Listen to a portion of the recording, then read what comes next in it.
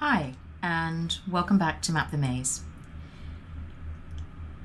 I wanted to talk about how people speak to children about separation and divorce, because this is one of the things that we often talk about in mediation, and parents often make a plan for how will they speak to their children to let them know that parents are separating, divorcing, and what the arrangements will look like going forwards. For some parents, this is one of the hardest things they will ever do, to tell children that they're separating. Some parents may agonize, they might seek advice about the message that's appropriate, and for other parents, coming to mediation is the first time they've actually processed that they will need to have this conversation about how they are intending to put arrangements in place post-separation and what life will look like. So today I wanted to share some information, because one of the things that we definitely look at is that there are key things to think about when you're communicating. The first one I would say is reassurance. Reassurance of love, reassurance that you'll be there. The second is that none of this has got to do with the children themselves.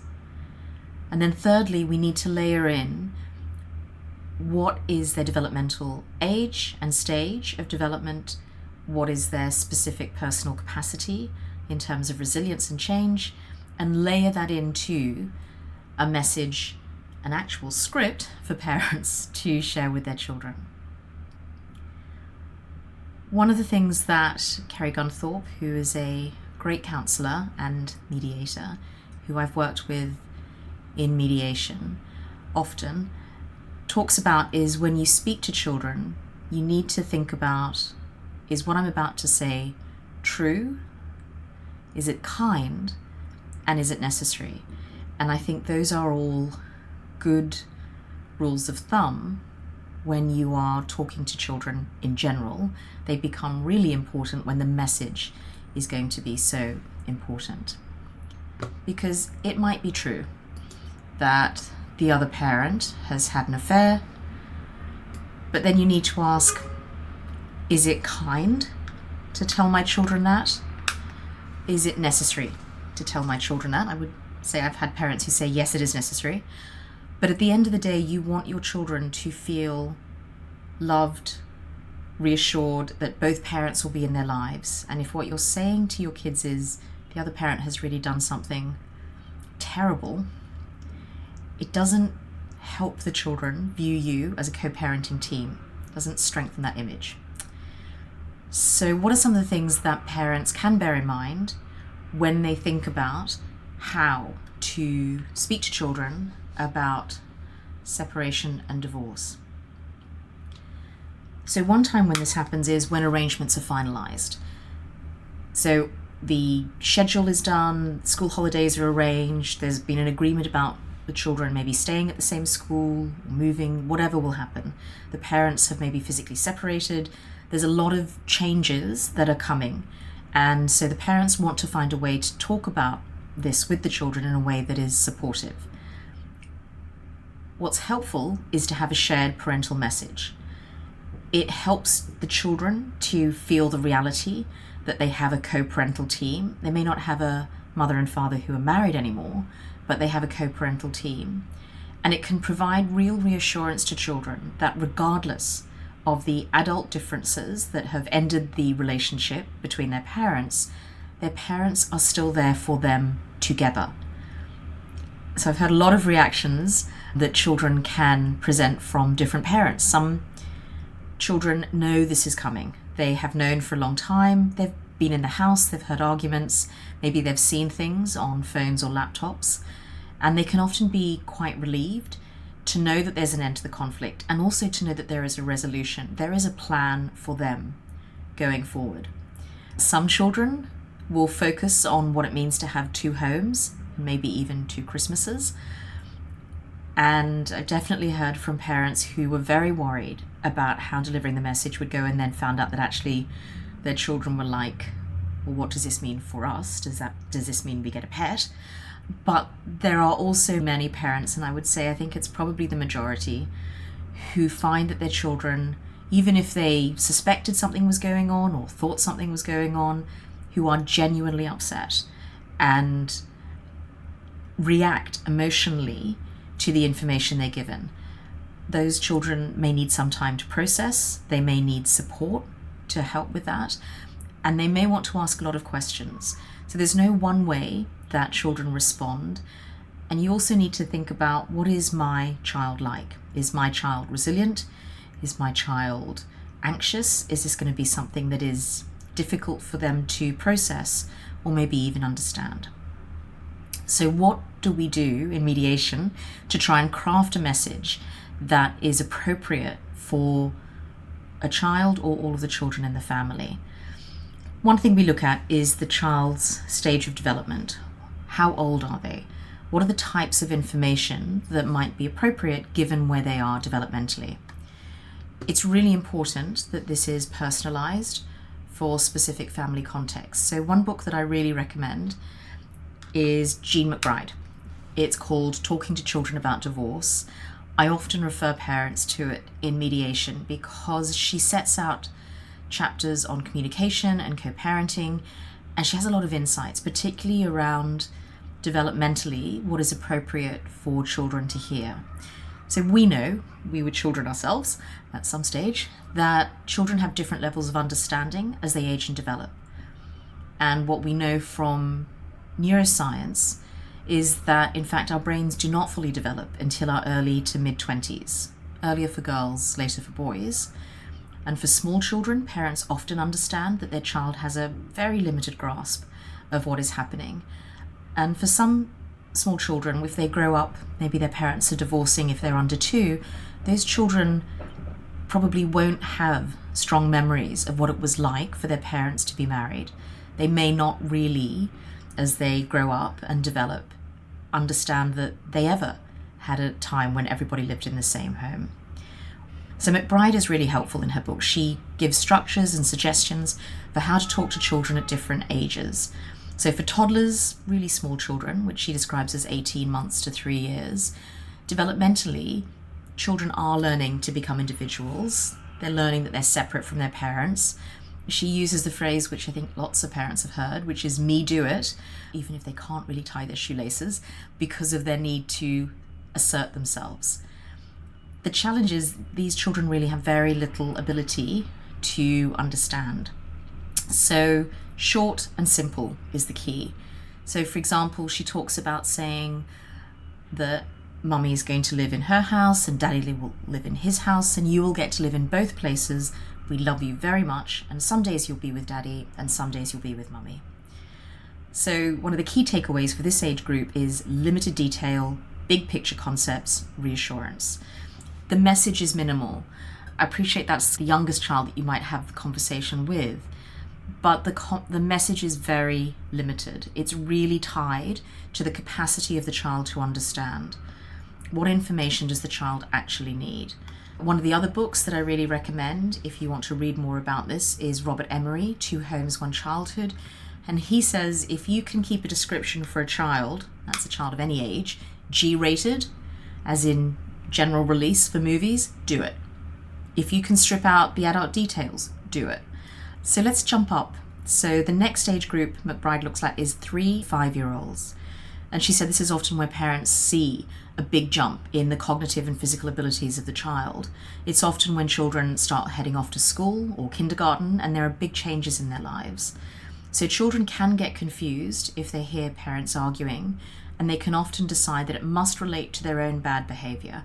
And definitely speaking to other mediators and counselors, child psychologists, we all have stories about children in this age group who have felt they must have done something wrong. It's also an age where fear of abandonment can be really strong. So the general focus message for this age group, 3-5, is reassurance is absolutely key. And that can often include physical reassurance, extra hugs, sleeping in mummy's bed if they're with you, or daddy's bed if they're with you. Just actually that physical touch is a strong reminder for the child, a reinforcer that they aren't going to be abandoned and they aren't going to lose you and they haven't done anything wrong. So it's simple. Again, keep it simple. Mum and dad aren't going to live together anymore. It makes us sad, but we've had grown-up problems. So even if you're not that sad about it, you can still say it because it will be sad for your children. We'll have 2 houses. You'll spend time with each of us. This isn't your fault. This is about our problems, and we will always be here as your mum and dad. We love you, and that will never change. So the takeaways that you can see, again, it's the reassurance of love, the permanence in the child's life. But again, details are very limited. And for this age group particularly, reassurance that nothing the child has done is causing the separation is key. Going up in age group, 6 to 8-year-old. So these are children who are at school, they're learning about the world, they're forming peer relationships, they're venturing out into the world from the family, and they're generally quite familiar with rules. So they're used to having rules at school, they're used to having rules when they go on play dates or stay overnight, and they can be disappointed if they believe a parent isn't following rules. They can really miss a parent who is absent. So if one parent moves out of the home, they may side with a parent, not because a parent is right, but because if they have concerns about losing a parent, now they will do anything to secure the other parent, the parent who's still resident. So it's really important for this age group to have a loving environment with a predictable routine. So what do you say to a 6 to 8-year-old? So McBride suggests that something like, you've probably noticed we haven't been getting on. We've had arguments and we're sorry for that. We've been trying to get along, but it isn't working, and we've decided that we need to divorce. And actually ask the child, do you know what that means? We'll each be in our own house. You'll get to see us both. You'll sleep some nights at mum's house and some nights at dad's house. This isn't your fault. This is something adults do. And even with a divorce, we are always going to be your mum and dad, and we will always be there for you. We both love you. Do you have any questions? So again, key takeaways: reassurance of the secure base, limited detail, permission to ask questions. It may be, and I hear a different range of responses, some parents say they get peppered with questions immediately, and so it can be good to have prepped some of the questions that you think your children are more likely to ask. Some parents say that children receive the message almost in silence and then want to go to their bedrooms, think about it, come back, and some children don't have questions. So preparing answers is good. You may or may not need to use them. I think what's really helpful though is to have a plan. So I've also had parents who have typed out the exact words they want to try and use. That some parents have said, if I can't get mine out, can you say my part? It's really important that there's a balance in the plan between positive and negative messages. It shouldn't be that one parent does all of the reassurance and all of it, none of this is your fault, and the other parent says, I'm moving out. You want to make sure that there's a balance of messages between both parents. So the next level would be 9 to 12-year-olds. So these children are even more independent. Their peer groups have become, again, even more important, and they can be very potentially quite self-conscious about what other people think about them, and maybe even what they think about their family. So they often have had a huge cognitive leap from the previous age group, and their ability to understand has increased, but it is still not that of an adult. And one of the things we're worried about at this age group is something called loyalty conflict. The challenge that they feel they need to look after a parent, protect a parent, maybe against the other parent, or if one parent is particularly sad, they may think they need to comfort that parent. They should be responsible for how that parent feels. They can become very vigilant in watching their parents. So really important with children at this age to model good self-care and also healthy ways to express emotion, because they can push for information. McBride suggests being really cautious with this age group because she says, you say things like, we need to talk about changes in our family. After trying very hard to make the marriage work, we've decided to get a divorce. That makes us sad, but we know it's best. We're arguing and we don't agree on much, but we do agree on 2 things. We love you, and that will never change. We'll be living in 2 homes, and we're going to make sure that you get to do the things you love. School, spending time with your friends, your activities. This isn't anyone's fault, and we don't want you to take sides. So either we've worked on or we are working on a schedule. Here is what we're thinking. Do you have any thoughts? So there's a shift. There's still reassurance. There's still the message that this isn't their fault. This is about us as adults. But now there is an invitation to a child to express an opinion. So their thoughts about arrangements that parents maybe are trying to put in place. As you step up to the next age range, which is teenagers, so 13 to 19 is how she groups them, although you might think there's a little bit more nuance there, but anyway, that's how McBride groups them. They will definitely have opinions and they will want a voice, and they may very well express it quite forcefully. So often teens, particularly older teens, will want to know about the logistics. They'll want to know that their needs have been taken into account. In some places, children, particularly teens, have incredibly busy schedules, maybe more busy than adults. They've got friends, they've got boyfriends, girlfriends, they've got sporting commitments, they've got school commitments, they may have public exams or projects. They have a lot of stuff. And for a lot of teens, thinking about moving back and forth between mum's house and dad's house can be a real challenge. It's just that they have so many things that they are juggling already as they start to become young adults. And so taking that into account is really important. I would say for some parents it can come off as materialistic because it seems like it's about their stuff, but it is developmentally appropriate because they are trying to become independent of the family. And so you need to really be sensitive, particularly to those older teens, and also for children who are facing public exams, to try and minimize the stress on them. So being able to be open, understanding what they're concerned about, actually being open to them is important. There is a really important line, I would also say, which is given their increased understanding, it can seem as if they are suitable to be a confidant. They are not. At the end of the day, the teenager, your teenager, is entitled to focus on their lives and their development and their teenage drama, and not to be there to be the support for mum or dad. So if you are separating, work with counsellors, psychologists. You can also do this with a family mediator, but put together an appropriate message for your children. I think there can be a real comfort is that in some areas I see families who maybe haven't worked on this, who deliver separate messages, different messages, blaming messages about the other parent. And often that's because that parent is coming from a place of pain and hurt.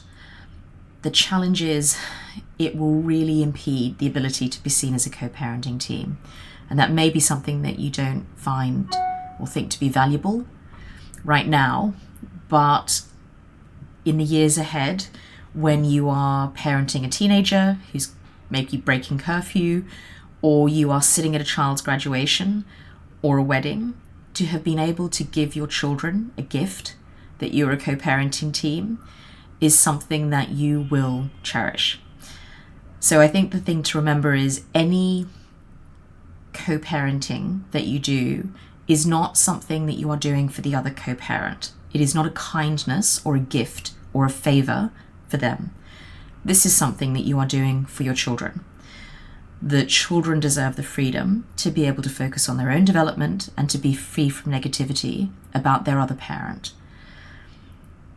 At some stage, it's probably hard to remember when people are divorcing and separating, because that's what I hear. You decided this is the person I want to have a child with. And the consequence of that is they are the other parent, regardless of whether you are together in a relationship or not. And research supports this, telling us that children who are required to distance from a parent or to criticize a parent or to see a parent negatively suffer. And those emotional wounds may not surface for years, but they will be there. You need to focus on giving your child the reassurance they need, letting them know it's not their fault, and letting them know that they can rely. They can have the courage, the support to go out and explore the world, and that their co-parenting team will be right there supporting them. Thank you for listening, and take care.